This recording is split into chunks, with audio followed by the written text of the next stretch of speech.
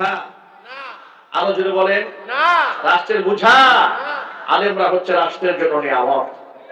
বরং এই আলেম ওলামারা রাষ্ট্রের যে কোনো ক্রাইসিস মোমেন্টে, ক্লান্তি লগ্নে, সেটা দুনিয়াবি ব্যক্তি হোক, অন্য কোনো ব্যাপারেই হোক, যখনই কোনো মুসিবতের সম্মুখীন হয়েছে, আলেমরা একেবারে ভাই ভাই মিলেমিশে একাকার হয়ে মানুষের সাহায্যের জন্য সবার আগে হাত বাড়িয়ে দিয়েছে এই দেশের ওলামারা। কথা বলেন ঠিক কিনা?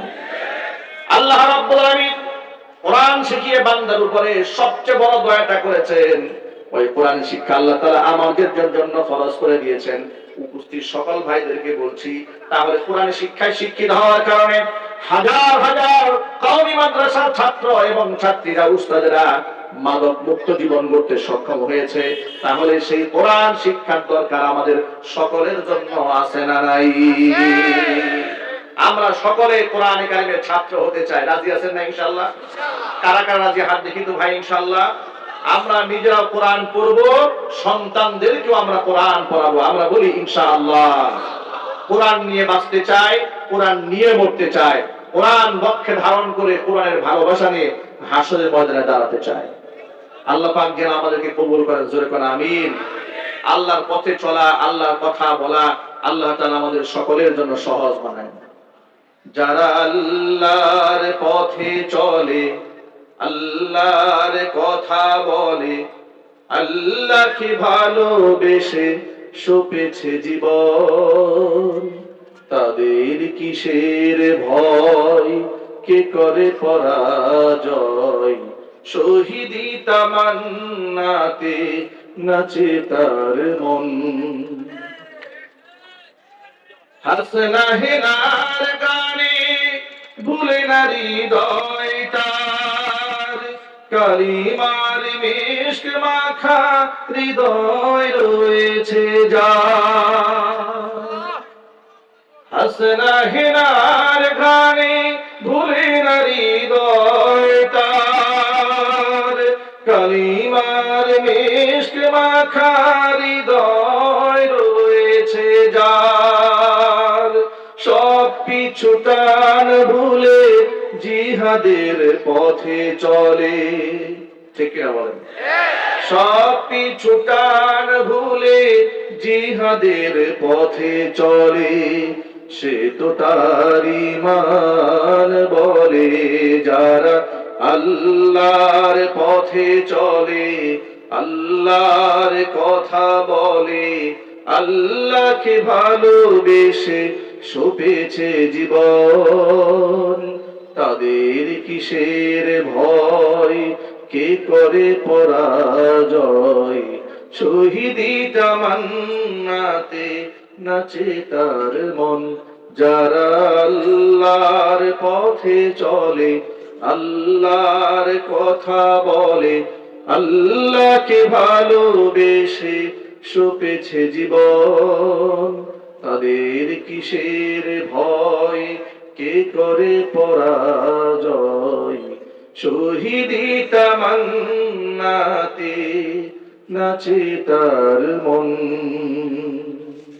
কথার সাথে, যোগ্যতার সাথে কোরআন কারীম তেলাওয়াত করতে জানে, ওই সমস্ত ব্যক্তিদের মর্যাদা নৈকট্যপ্রাপ্ত ফেরেশতা তুল্য হয়ে যায়। ওয়াল্লাযী ইয়াকরাউল কুরআন, আর যারা কোরআন কারীমের তেলাওয়াত করে, ওয়ায়াতাতাউ, কোরআন পড়তে কষ্ট হয়, ধাক্কায় ধাক্কায় ঠেলে ঠেলে কোরআন তেলাওয়াত করে, কিন্তু তেলাওয়াত বন্ধ করে না। এবং কি তার জন্য তেলাওয়াত করতে বড় কষ্ট হয়। ওয়া হুয়া শাকুন আলাইহি, কষ্ট হয়, এরপর বান্দা কোরআন তেলাওয়াত বন্ধ করে না। নবী করিম সাল্লাল্লাহু আলাইহি ওয়াসাল্লাম বলেছেন, লাহু আজরান, আল্লাহ পাক বান্দা বান্দির নাম আমলনামায় ডাবল সওয়াব লিখে দেন। এজন্য কোরআন কারীম যারা শিখে, যারা শেখায়, তাদের মর্তবা অনেক বেশি। রাসূল পাক সাল্লাল্লাহু আলাইহি ওয়াসাল্লাম বলেছেন, খায়রুকুম মান তাআল্লামাল কুরআনা ওয়া আল্লামা, তোমাদের মধ্যে সর্বশ্রেষ্ঠ সেই ব্যক্তি যে ব্যক্তি নিজে কোরআন শেখে, অপরকে কোরআন কারীম শিক্ষা দেয়। এই যে আল্লাহ পাক মানুষকে কোরআন শিখিয়ে দয়া করলেন, এই পৃথিবীতে যারা কোরআনের শিক্ষক ছিলেন, পৃথিবীর প্রথম সারির মুআল্লিম যারা ছিলেন, তাদের মর্তবা, তাদের মর্যাদা আল্লাহ পাক এতটা উপরে উঠিয়ে দিয়েছেন। বিখ্যাত সাহাবী উবাই ইবনে কাব রাদিয়াল্লাহু তাআলা আনহু, যিনি কাতেবে ওহী ছিলেন, কোরআনে কারীমের আয়াত যখন নাযিল হতো তিনি সেটা নিজ হাতে লিখে সংরক্ষণ করতেন। নাম হচ্ছে উবাই ইবনে কাব রাদিয়াল্লাহু তাআলা। উবাই ইবনে কাব রাদিয়াল্লাহু তাআলা আনহুকে আল্লাহর নবী ডেকে বলছে, উবাই, আল্লাহ পাক আমাকে হুকুম করেছে আমি যেন তোমাকে সূরা বাইয়িনা তেলাওয়াত করে শোনাই। উবাই ইবনে কাব রাদিয়াল্লাহু তাআলা আনহু অবাক হয়ে গেলেন। আল্লাহ তাআলা আমাকে শোনাতে বলেছেন, এর মানে আওয়া সাম্মানি ইয়া রাসূলুল্লাহ, হে আল্লাহর রাসূল, আল্লাহ যখন আমাকে কোরআনে কারীম শিখাতে বলেছেন, আমার সামনে বর্ণনা করতে বলেছেন, নবীজি আপনি মেহেরবানি করে বলেন তো আল্লাহ পাক কি তার জবানে আমার নামটা উচ্চারণ করেছে নাকি? আওয়া সাম্মানি, আল্লাহ কি আমার নাম উচ্চারণ করেছেন? রাসূল বলেন, হ্যাঁ উবাই, আল্লাহ তোমার নাম ধরে বলেছেন আমি যেন তোমাদের কোরআন শেখাই। জোরে বলেন সুবহানাল্লাহ। আল্লাহর জবানে উবাই ইবনে কাব রাদিয়াল্লাহু তাআলা আনহুর নাম উচ্চারিত হয়েছে। কেন উচ্চারিত হয়েছে? কারণ তিনি কোরআন শরীফের শিক্ষক ছিলেন। আপনারা আমার সামনে যারা বসে আছেন, আপনাদের জ্ঞাতার্থে বলতে চাই, আল্লাহ যে কোরআন শরীফে বললেন আর রহমান ও আল্লামাল কোরআন, আমার দয়ার সবচেয়ে বড় দয়া এটা যে বান্দাকে আমি কোরআন শিখিয়েছি। এটা সবচেয়ে বড় দয়া যে এজন্য এর কয়েকটা প্রমাণ আপনারা লক্ষ্য করেন। আচ্ছা, আমাদের দেশে স্কুল কলেজ বিশ্ববিদ্যালয়ের মধ্যে মাদক আছে না নাই? সাক্ষ্য কিন্তু সকলে একটু জোরে দেন নাই, আরো জোরে বলতে হবে, মাদক আছে না নাই? ঢাকা বিশ্ববিদ্যালয়ে মাদক আছে না নাই? বরং মাদক সেখানে নির্বিঘ্নে নিশ্চিন্তে সেখানে লোকেরা সেবন করতে পারে, কোনো অসুবিধা হয় না। যদি কোনো ব্যক্তি সেখানে প্রকাশ্যে গাঁজা সেবন করে তাতে কোনো অসুবিধা নেই। বয়ফ্রেন্ড গার্লফ্রেন্ড নিয়ে ঘুরে বেড়ায় তাতেও কোনো অসুবিধা নাই।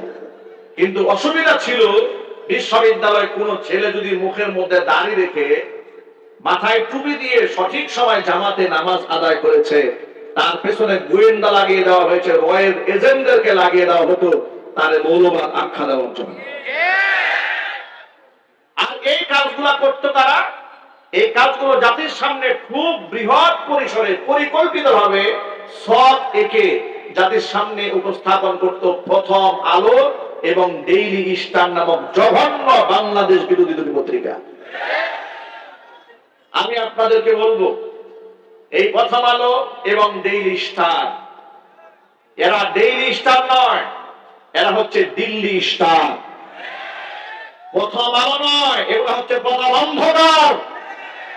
আমরা অন্তর্বর্তীকালীন সরকারকে ইদানিং দেখতে পাচ্ছি তারা হঠাৎ করে প্রথম আলো ডেইলি স্টারের প্রতি খুব নমনীয়। আমার বুঝে আসে না, যারা স্বৈরাচারীকে তৈরি করলো, স্বৈরাচার তো পালালো, কিন্তু এখনো পর্যন্ত প্রথম আলো টিকে আছে কিসের জোরে? যদি বলেন খুঁটির জোরে টিকে আছে, তাহলে কথায় আছে ছাগল নাচে খুঁটির জোরে। যে খুঁটির জোরে ছাগলটা নাচে সেই খুঁটিটা আগে তুলে ফেলতে হবে। আজকে গোটা বাংলাদেশের মানুষ প্রথম আলোর বিরুদ্ধে দাঁড়িয়েছে, ডেইলি স্টারের বিরুদ্ধে দাঁড়িয়েছে, কিন্তু প্রথম আলো আপন মহিমায় দাঁড়িয়ে আছে, যেন তাকে বলার কেউ নাই, তার বিরুদ্ধে কথা বলার কেউ নাই। আপনারা প্রথম আলো বাদ দিয়ে দেন, ডেইলি স্টার বাদ দিয়ে দেন, দৈনিক জঘন্য কণ্ঠ বাদ দিয়ে দেন, ৭১ বাদ দিয়ে দেন, এই সবগুলা পত্রিকা বাংলাদেশের স্বার্থ বিরোধী কাজ করে, কথা বলতে হবে ঠিক কিনা? এগুলো বাদ দিয়ে এই ডিসেম্বর মাসে বাংলাদেশের সর্বাধিক জনপ্রিয় পত্রিকা আমার দেশ প্রকাশিত হচ্ছে ইনশাআল্লাহ।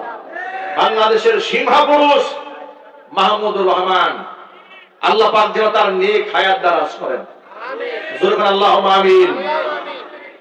আপনাদের কাছে তিনি একজন সাংবাদিক কিংবা সাহিত্যিক এতটুকু পরিচয় থাকতে পারে, আমার কাছে তার পরিচয়টা ভিন্ন। 2013 সালে শাপলা চত্বর তৈরি হয়েছিল। 2013 সালে গোটা বাংলাদেশের মানুষ একজন আলেমের নেতৃত্বে এক হয়েছিল। গোটা জাতিকে ঐক্যবদ্ধ করার পেছনে সবচেয়ে বড় ভূমিকা যে পত্রিকাটি পালন করেছিল, সেই পত্রিকার নাম হচ্ছে আমার দেশ পত্রিকা। আজকে সে আমার দেশ পত্রিকা এই ডিসেম্বর মাসে আবার নতুন করে বাংলাদেশে সাপ্লাই হতে যাচ্ছে। আমার দেশ পত্রিকার সাথে দেশের মুসলমানেরা ছিল, দেশপ্রেমিকরা ছিল, ভারতের আগ্রাসন বিরোধী এই পত্রিকা পক্ষে গোটা জাতিকে থাকতে হবে। আপনারা কি প্রস্তুত আছেন ইনশাআল্লাহ? কারা কারা আছেন হাত দেখতে চাই। আমার দেশ পত্রিকাকে গ্রহণ করবেন, ডেইলি স্টার এবং প্রথম আলোকে নিষিদ্ধ করে দেবেন। বলেন না ইনশাআল্লাহ? হকারদেরকে বলে দেবেন তারা যেন আমার দেশ পত্রিকা বিতরণ করে, প্রথম আলো, ডেইলি স্টার এই ধরনের পত্রিকাগুলো এলাকার মধ্যে যেন না নিয়ে আসে। তাদেরকে বলবেন। আপনারা সাপোর্ট দিবেন তো ইনশাআল্লাহ? বলেন না ইনশাআল্লাহ? কেন দিবেন শোনেন। কোরআনে কারিমের ধারক এবং বাহকদেরকে যে সমস্ত পত্রিকাগুলা জঙ্গি হিসেবে মানুষের সামনে উপস্থাপন করে, পিনাকি ভট্টাচার্যের যে রেকর্ড প্রথম আলোর ব্যাপারে আপনারা যারা সচেতন মহল তারা ইতিমধ্যে দেখেছেন, তারা লিখেছে সেখানে জঙ্গি হওয়ার আলামত গুলা কি কি। যদি একটা ছেলে নামাজ পড়ে ঠিক মতো, ইউনিভার্সিটিতে সঠিক সময় যায়, খুব ভালো রেজাল্ট করে, বাপ মার পকেট থেকে টাকা চুরি না করে, গান বাজনা না শুনে, তাহলে এটা হচ্ছে জঙ্গি হওয়ার প্রথম আলামত। জোরে কর নাউজুবিল্লাহ। পত্রিকার পাতায় জঙ্গি হওয়ার প্রথম আলামত হিসেবে যে এটা লিখেছে সে ইসলামের পরম বন্ধু। আপনারা যেভাবে আওয়াজ দেন মনে হচ্ছে খুব আতঙ্কে আছেন। যারা পত্রিকার ভাষায় এমন কথা লেখে যে নামাজ পড়লে সে হচ্ছে জঙ্গি, তারা কি মুসলমানদের বন্ধু? তারা কি মুসলমানদের শত্রু? এই শত্রুদের সাথে আমাদের কোনো আপোষ নেই। ঠিক কিনা জোরে বলে? মনে রাখবেন, আল হুব্বু ফিল্লাহ ওয়াল বুগযু ফিল্লাহ। কাউকে যদি আমরা ভালোবাসি আল্লাহর জন্যই ভালোবাসবো, কাউকে যদি আমরা ঘৃণা বলে প্রত্যাখ্যান করি সেটা আল্লাহর জন্য আমরা ঘৃণা বলে প্রত্যাখ্যান করব। আমরা কারো দালালি করি না, আমরা কোরআন এবং সুন্নাহর দালালি করি। ঠিক কিনা বলেন? কোরআন সুন্নাহর পক্ষে যারা কথা বলবে, যাদের অন্তরে দেশপ্রেম আছে, স্বাধীনতা সার্বভৌমত্বের পক্ষে যারা কথা বলবে, যারা লড়বে, আমরা তাদের পক্ষে লড়ে যাব ইনশাআল্লাহ। একটু ভালো করে ঠান্ডা মাথায় শোনেন। মুফতি হারুন ইজহার হাফিজাহুল্লাহ তার বক্তব্য আপনার সাংবাদিকদের স্টেটমেন্ট আপনারা দেখেছেন। সাংবাদিকদের সামনে তিনি যে সাক্ষাৎকার দিয়েছিলেন তার ইন্টারভিউটা আপনারা ইতিমধ্যে অনেকে শুনেছেন, যে আলেমদেরকে এই প্রথম আলোর সাথে সংশ্লিষ্ট সাংবাদিকরা কিভাবে নির্যাতন করেছে, রিমান্ডে নিয়ে টর্চার করেছে, কত কষ্ট তাদেরকে দিয়েছে, এবং আলেম ওলামাদের ব্যাপারে কত জঘন্য ভাষায় তারা হেডলাইন করেছে। ঢাকা বিশ্ববিদ্যালয়ে যে সমস্ত ছেলেরা প্রকাশ্যে গাঁজা সেবন করে তাদের কিনে এই সমস্ত পত্রিকা কিংবা এই সমস্ত সাংবাদিক কিংবা বুদ্ধিজীবীদের কোনো এক্সকিউজ ছিল না, কোনো মন্তব্য ছিল না। কিন্তু যখনই এদেশের ধর্মপ্রাণ মুসলমানরা সেখানে দাঁড়িয়ে পড়েছে, নামাজ পড়েছে, টুপি পড়েছে, তাদেরকে জঙ্গি, মৌলবাদ, উগ্রবাদ কিংবা আন্ডারওয়ার্ল্ডের সদস্য হিসেবে পরিচিত করার জন্য এই সমস্ত পত্রিকাগুলো ভূমিকা পালন করেছে। কথা বলেন ঠিক কিনা বলেন? অথচ আপনাদের সকলকে বলবো, প্রিয় ভাইরা, আমার কাছে আপনার কাছে সবার আগে প্রথম পরিচয় হচ্ছে আমি একজন সাচ্চা মুসলমান। আল্লাহ যে বিধান কোরআনে দিয়েছেন, যে বিধান আল্লাহ রাসূল দিয়েছেন, সেটা হাসি মুখে মানতে চায়, সেটা সমাজে বাস্তবায়ন করতে চায়। যদি এটা মানতে গিয়ে, বাস্তবায়ন করতে গিয়ে যদি প্রতিবন্ধকতার শিকার হই, প্রতিবন্ধকতা যারা সৃষ্টি করে তাদের বিরুদ্ধে আমরা লড়তে চাই। ইনশাআল্লাহ বলেন। আল্লাহ পাক যেন গোটা জাতিকে ঐক্যবদ্ধ করা যায়। জোরে করে আমিন। যে কথা বলতে চাচ্ছি সেটা হলো, আল্লাহ বলেন আর রহমান ওয়া আল্লামাল কোরআন, দয়াময় আমি আল্লাহ, আমার সবচেয়ে বড় দয়া বান্দাকে আমি কোরআন শিখিয়েছি। কোরআন শেখাবার কারণে কি হয়েছে একটু লক্ষ্য করেন। রাত যখন 2টা বাজে, রাত যখন 3টা বাজে, আপনার বিশ্ববিদ্যালয়ের ক্যাম্পাসগুলো একটু ঘুরে দেখবেন। 2:30 বাজে, 2টা বাজে, দেখবেন ইয়াং এবং তরুণ তরুণীরা ফেসবুক, হোয়াটসঅ্যাপ, ভাইবারে অন্যায় প্রেম আদান প্রদান করে, হারাম রিলেশনের সাথে জড়িত হয়ে যায়। কিন্তু একই বয়সের অসংখ্য ছাত্র ছাত্রী মাদ্রাসায় পড়ে। কসম আল্লাহ, বিশেষ করে যতগুলা কওমি মাদ্রাসা আছে, আবাসিক মাদ্রাসা, হাজার হাজার ছাত্র ছাত্রী সেখানে পড়াশোনা করে। একটু মাদ্রাসার মধ্যে রাত 3টা বাজে নজর দিবেন, 2:30 বাজে নজর দিবেন। আমার কথা আপনি শুধু শুধু কেন বিশ্বাস করবেন? হাটাদারি মঈনুল ইসলাম হাটাদারি মাদ্রাসা আপনি 3 দিনের জন্য মেহমান হয়ে যান, জামিয়া রহমানাতে মেহমান হয়ে যান, বাবুনগরে মেহমান হয়ে যান, পটিয়া মাদ্রাসায় মেহমান হয়ে যান, এই সমস্ত বড় বড় মাদ্রাসার মধ্যে মেহমান হয়ে 3 দিন অবস্থান করেন। রাত 3টা বাজে, 2:30 বাজে যে বয়সের যুবক যুবতীরা ফেসবুক, হোয়াটসঅ্যাপ, ভাইবারে অন্যায় প্রেম ভালোবাসায় নিজেরা একেবারে ডুবে যায়, ওই মুহূর্তে লক্ষ লক্ষ হাজার হাজার মাদ্রাসার ছাত্ররা তাহাজ্জুদের নামাজে দাঁড়িয়ে যায়।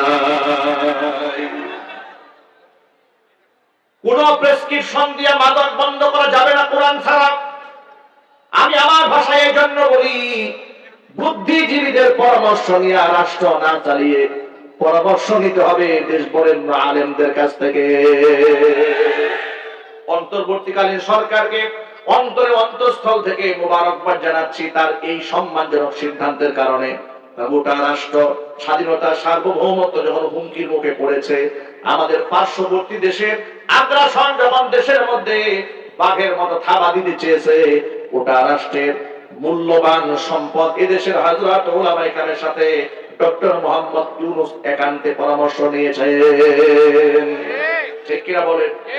দেশ ৭১ স্বাধীন হওয়ার পর থেকে এই ২০২৪ পর্যন্ত আলেম ওলামাদেরকে সম্মান দিয়ে, আলেমদেরকে সামনে বসিয়ে দেশের কোন প্রধানমন্ত্রী, প্রধান উপদেষ্টা এভাবে তাদের কথাগুলো কাছ থেকে শুনেছেন, মতামত নিয়েছেন, এমন কোন ঘটনা কি বিগত জীবনে ঘটেছে? একটু যদি বলেন, তাহলে তার এই ভালো কাজটাকে মোবারকবাদ দেওয়ার কি দরকার আছে না নাই? তারা আলেমদের কথা শুনেছেন, তারা সব ধর্মের মানুষের কথা তারা শুনেছেন, রাজনীতিবিদদেরকে মূল্যায়ন করেছেন, বিভিন্ন রাজনৈতিক দলের নেতা এবং মুখপাত্রদের বক্তব্য তিনি শুনেছেন। আমি বলবো ডক্টর মোহাম্মদ ইউনূসকে আপনি যেমন আলেমদেরকে কাছে টেনেছেন, আপনাকেও মোবারকবাদ জানাচ্ছি। সাথে সাথে আপনি অবলীলায় তাফসীর মাহফিলগুলো উইদাউট পারমিশন, থানা থেকে কোনো প্রকারের পারমিশন ছাড়া আপনি কোরআনের সুযোগ তৈরি করে দিয়েছেন। আপনাকে অন্তঃস্থল থেকে মোবারকবাদ জানাচ্ছি।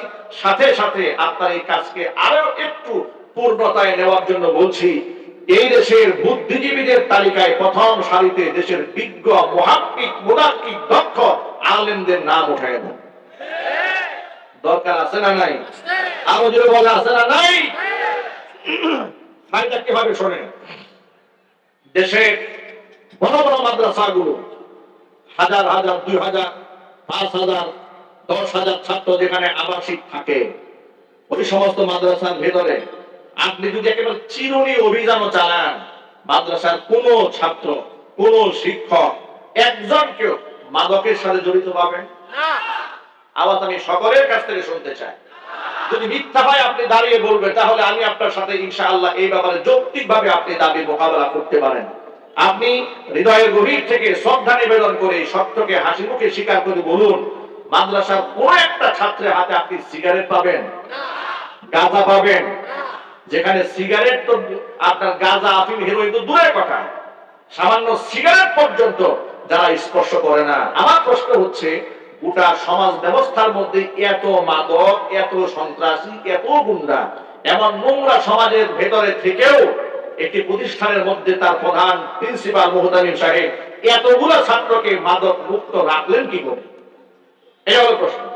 ঠিক না বলেন? আমাদের দেশে মাদকের ব্যাপারে একটা আইন আছে।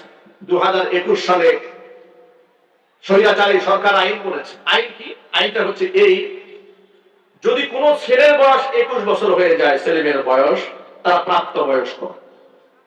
এই প্রাপ্ত বয়স্ক ছেলে মেয়ে যদি সরকারের কাছে মদ পান করার পারমিশন চান, তাহলে সরকার বিবেচনা করে তাকে মদ পান করার লাইসেন্স দিতে পারেন। আর পুরো মহল্লায় যদি লাইসেন্স প্রাপ্ত ১০০ মদখোর থাকে, তাহলে তারা যদি ট্রেড লাইসেন্স চান, যে আমরা এলাকায় একটা মদের বার খুলতে চাই কিংবা দোকান দিতে চাই, তাহলে তিনি মদের দোকানও দিতে পারবেন। কেন? দেখেন, একটু লক্ষ্য করেন। এই সেনাবাহিনী যখন কিছুদিন আগে যৌথ অভিযান পরিচালনা করছিল, ঢাকা শহরে একটা প্রাইভেট কার আটকালো। আটকাবার পরে দেখে প্রাইভেট কারের মধ্যে অনেক মদের বোতল আছে, একটা মহিলা মদ্যপান করছে। সেনাবাহিনীর অফিসার যখন তাকে ধমক দিয়েছে, আপনি মাদক নিয়ে যাচ্ছেন কোথায়, মহিলা সাংবাদিকদের সামনে কি বলেছিল? বলেছিল, আমার তো লাইসেন্স আছে। খুব ভালো করে শোনেন, ওই যে আপনাদেরকে বললাম ২১ বছর বয়সে লাইসেন্স দেওয়া যায়। সে সেনাবাহিনী অফিসারকে জোর গলায় বলছে, আপনারা আমাকে হ্যারাসমেন্ট করছেন কেন? আমি মদ খাচ্ছি, আমার পকেটের টাকায় খাচ্ছি, আমার হাতে লাইসেন্স আছে। চিন্তা করেছেন? চুরি তো চুরি, সিনার চুরি। মদ আল্লাহ করলেন হারাম, বান্দা লাইসেন্স দেয় কি করে? আপনাদের আওয়াজ নাই। মদ কি হুজুররা হারাম করেছে? মদ কে হারাম করেছেন? তাহলে মানুষ লাইসেন্স দিল কি করে? এই আইন কি করে তৈরি হলো? এই আইন কারা তৈরি করলো? আমি আপনাদেরকে বলি, ওদের জিজ্ঞেস করলে ওরা বলে যে মাদক তো নিষিদ্ধ করা যাবে না, অমুসলিমরাও দেশে থাকে, মাদক নিয়ন্ত্রণ আইন করা উচিত। এই জন্য ওরা নিয়ন্ত্রণ আইন করেছে। নিয়ন্ত্রণ মানে কি? নিয়ন্ত্রণ মানে হচ্ছে মদ যদি কেউ হোটেল সারাদিয়াতে খায় তাহলে হারাম, কিন্তু মদ যদি কেউ 5 স্টারে খায় তাহলে এটা মুস্তাহাব। কথা বলছি কিনা বলে? ওপেনে আপনি দেখবেন 5 স্টার হোটেলগুলোতে যাবেন, বারে যাবেন, সুন্দর আপনাকে পরিবেশন করছে মদ, একেবারে গ্লাসে গ্লাসে টুকা দিয়া মদ্য সেবন করছে, হুইস্কি পান করছে, কি মজা! মানে ওখানে এগুলো সব হালাল, আর গরিবরা খাইলে এটা হারাম। এই ভণ্ডামি বাদ দিতে হবে। 1500 বছর আগে কোরআনে কারীমের আয়াত নাযিল করে আল্লাহ বলেছেন, ইয়া আইয়ুহাল্লাযীনা আমানু ইন্নামাল খামরু ওয়াল মাইসিরু ওয়াল আনসাবু ওয়াল আজলামু রিজসুম মিন আমালিশ শাইতান ফাজতানিবুহু লাআল্লাকুম তুফলিহুন। হে ইমানদারগণ, 4টি জিনিস হচ্ছে শয়তানের নাপাক কর্মকাণ্ড পরিহার করতে হবে। 1 নাম্বার হচ্ছে ইন্নামাল খামরু, 1 নাম্বার হচ্ছে মদ, 2 নাম্বার হচ্ছে জুয়া, 3 নাম্বার হচ্ছে মূর্তি, 4 নাম্বার হচ্ছে ভাগ্য নির্ধারণকারী তীর। এগুলা হচ্ছে শয়তানের নাপাক কর্মকাণ্ড, ফাজতানিবুহু পরিহার করতে হবে। তাহলে মদকে পরিহার করার জন্য, ছেড়ে দেওয়ার জন্য নির্দেশ দান করেছেন কে? আল্লাহ। মদকে করলেন হালাল, বান্দা দিছে সার্টিফিকেট। বান্দা কি দিচ্ছে? সার্টিফিকেট দিচ্ছে। এজন্য বান্দার সার্টিফিকেট দেওয়ার কারণে দেশে অসংখ্য মদখোর তৈরি হয়েছে। কিন্তু মাদ্রাসাগুলোর মুহতামিম সাহেবরা সন্তানদেরকে নিজের সন্তান তুল্য আদর করে, স্নেহ করে, সোয়াব করে, কোরআন শিখিয়ে, হাদিস শিখিয়ে তাদের মধ্যে ক্ষুধা ভীতি এমন ভাবে ঢুকিয়ে দিয়েছে, আপনি যদি একজন মাদ্রাসা শিক্ষায় শিক্ষিত, কোরআন শিখেছে এমন কোন ব্যক্তিকে হত্যা করেন, এরপর তাকে মদ খাওয়াতে পারবেন না। ঠিক কিনা জোরে বলেন? এই জন্য আমি বলেছি, বুদ্ধিজীবীদের কাতারে আলেমদেরকে বসিয়ে দিন, আলেমদের পরামর্শ নিন, গোটা দেশকে মাদক মুক্ত করা সময়ের ব্যাপার। আপনি আলেমদের পরামর্শ নিন, ধর্ষণ মুক্ত সমাজ বানানো একেবারে ওয়ান-টুর ব্যাপার। কথা বলেন ভাই, ঠিক কিনা বলেন? আমরা কি এদেশের আলেমদেরকে মূল্যায়ন করতে পারবো না? ইনশাআল্লাহ। জোরে বলুন ইনশাআল্লাহ। এবার আপনারা বলুন, আলেমরা কি আসলে রাষ্ট্রের